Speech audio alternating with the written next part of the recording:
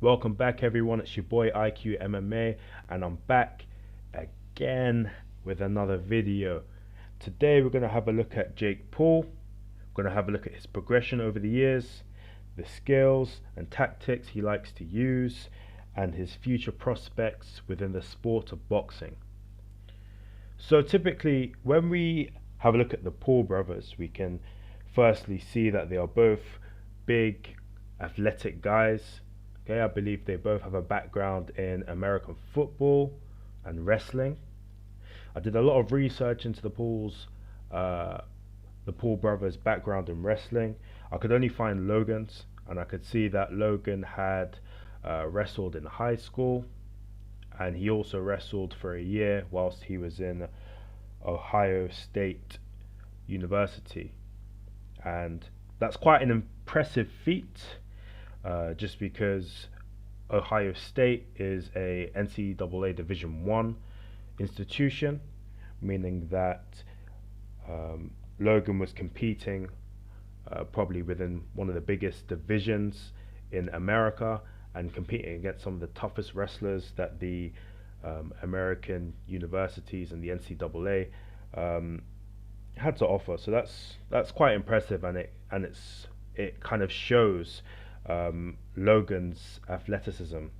I can't really see much about Jake. However, being brothers and seeing that they, you can imagine they probably wrestle in their back garden, and they probably, train with each other in off time, like when they're not in institutions together. You can imagine that Jake would probably be at a level where he could defend himself and compete at a decent level himself.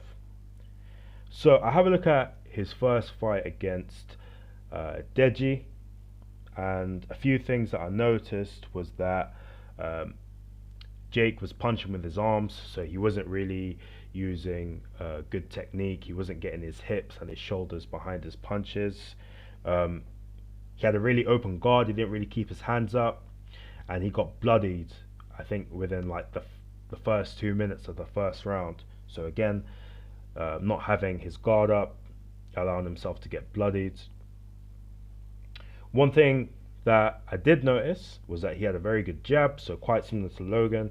I believe Logan Paul gets a lot of his praise in boxing for his good jab, especially in the first KSI fight. When we're looking at Jake Paul, you can see that he's got a good jab as well, and generally he moves around the wing quite well. Being an athletic guy, I suppose if you teach him a few bits, if you teach him a few like kind of techniques in boxing, if you teach him kind of how to move around the ring, being an athletic guy, I'm sure he'll pick it up, and he did win his fight against Deji. I'm not sure if this was a fair fight, just because I'm seeing the size difference between the two. Jake being quite a bit taller and quite a bit more built, a bit more muscle bound than Deji. I've not actually checked the weight for this fight. Comment down below if you do know the weights of both of these fighters, because yeah, I'll be shocked. I'll be surprised if they weighed in the same weight class. If they did, kudos, but there's a big size difference here, so just putting that out there. His second fight, or his first pro fight, against a guy called Addison Gibb. Okay, one thing I had to note was that Gibb's balance was atrocious. Like, this guy was struggling to stand in a boxing stance. He was struggling to stand in a normal stance. Like, my guy's knees were just cutting shapes. I don't know what he was doing. I don't feel like he had much business, fighting as a professional boxer. I have no idea how this guy got a professional license to compete. But that's another story. That's not my business. Look at this fight, and yeah, again, his stance was appalling. He had terrible balance. One thing that I had noticed, or a few things that I'd noticed, Jake Paul's jab was a lot more developed. He was using it a lot more, and he was using it at different speeds, which is good for throwing his opponent off.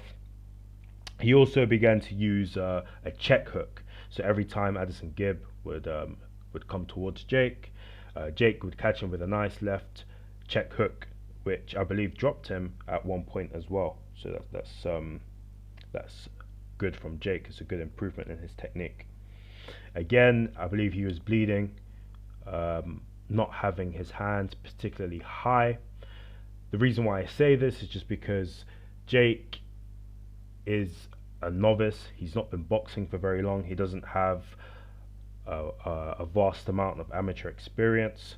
I don't believe it's a good idea for somebody who's only fought 2 fights against way below par opponents to be keeping his hands down. I believe that's poor practice, and as he progresses and his level of opponent increases, that could be very detrimental to him. So that's his pro debut. When looking at the Nate Robertson fight, okay, so his poise and his balance was a lot better this time, and he looked more like a boxer. Okay, his hands weren't up all of the time, but he made more of an effort and did a better job of keeping his hands up and maintaining the stance of a boxer. Again, with these boxing licenses and some of these fighters, Nate Robertson, I believe he was an NBA, a basketball player in America. Nate's footwork, sorry Nate, it was terrible. There was a lot of hugging going on. I believe the referee had to even stop them and tell them to stop hugging. It's not a hugging match, it's a boxing match. But one thing that Jake improved on in this fight was being able to put more of his body and his hips, so his hips and his shoulders, into his punches. And he did this when he caught Nate with the right hand. And not only did Jake put his hips and his shoulder into the right hand, he also timed him quite well as well. So Jake was moving back whilst Nate was moving towards him. Jake stopped and managed to time him with a good overright right hand, and I believe he dropped him twice. So kind of goes to show that he has been training, he has been improving his tactics and techniques over the years. By no means a finished article, by no means an elite fighter, by no means a decent professional, but credit where credit is due. He is a guy that is taking the craft of boxing seriously. He's learning the craft, he's immersing himself, he's working with pro boxers like Sugar Shane Mosley, and with Shannon Briggs as well. And I'd like to see how he progresses in the future. I'd like to see how his boxing technique and tactics improve in the future. So, what do you guys think of Jake Paul's future within boxing? What do you think he does? Do you think he continues to fight MMA fighters? I believe that Ben Askren isn't a bad matchup for him right now, just because Ben Askren he's not really known for his striking. The only problem is that after fighting Ben Askren, a former world champion in MMA, he's then got the likes of, Nate Diaz, Conor McGregor, Dustin Poirier, guys who are all really good with their hands, guys who all have been sparring with professional boxers for a very long time. I believe Nate Diaz has sparred many, many rounds against Andre Ward. Even if he's not won those, or I don't want to say won, you don't really win sparring, but even if he's not come out better than Andre in sparring, he still had the experience of being in the ring with a world champion, which bodes terribly for Jake Paul, in my opinion. Does he go on to fight professional boxers? Being a guy that's setting records in boxing, would you say that Jake Paul is going to be eligible to fight some of the best guys in his division? I believe Jake weighs around 189 pounds.